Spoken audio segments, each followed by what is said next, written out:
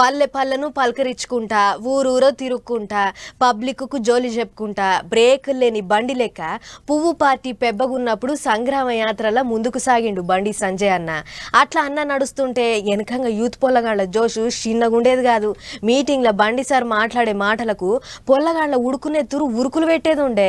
అప్పుడు ఆపిన యాత్రని మళ్ళోసారి సాల్ చేస్తాడట బండి సారు. గా యాత్ర ముచ్చటేందో అరుసుకునొద్దాం పారి. సంగ్రామ యాత్రను సగంలోనే ఇడిచిపెట్టిండు. ఏడాది పాటు ఉలుకు పలుకు లేకుండా ఉత్తగానే ఉన్నాడు. ఇక బండి సారు బండికి బిలేకులు పడ్డాయి అనుకున్నారు ఎగస్ పార్టీ వాళ్ళు. గానీ ఇన్నొద్దులు ఉత్తగున్నది ఉరిమి మీద పడేతందుకే అన్నట్టు మల్లోపాలి ప్రజాహిత యాత్రకు కదిలిండు బండి సంజయ్ సారు. శనివారం సంది పువ్వు పార్టీ కార్యకర్తల్ని ఎంబడేసుకుని యాత్ర చేసేతందుకు బయలుదేరిండు బండి అన్న. అట్ట ముందుగాల కొండగట్టు అంజన్న గుళ్ళె పూజలు చేసిండు. అటంక యాత్రకు బయలుతుంటే నన్ను దీవించమ్మా అని ఇంటికాడున్న వాళ్ళ అమ్మకాడికి పోయి దీవెనార్తులు తీసుకొని గడప దాటిండు. మేడిపల్లికెంచి ప్రజాహిత యాత్రకు బయలుదేరిండు. కరీంనగర్ పార్లమెంటు నియోజకవర్గంలో ఉన్న 7 అసెంబ్లీ నియోజకవర్గాలు తిరుగుతారట. అట్టగా యాత్రకు ముందుగాల అన్ని తీర్ల సౌలతులు రూట్ మ్యాప్లు తయారు చేసుకున్నాకనే యాత్రకు బయలుదేరిండట బండి అన్న.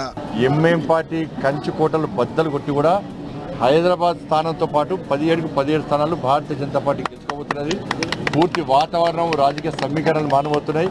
ప్రజల లోపల మార్పు వస్తున్నది, ప్రజల ఆలోచన లోపల మార్పు వస్తున్నది. అది విన్నారు కదా. తొలుత ఏములవాడ సిరిసిల్ల నియోజకవర్గాలలో తిరుగుతారట.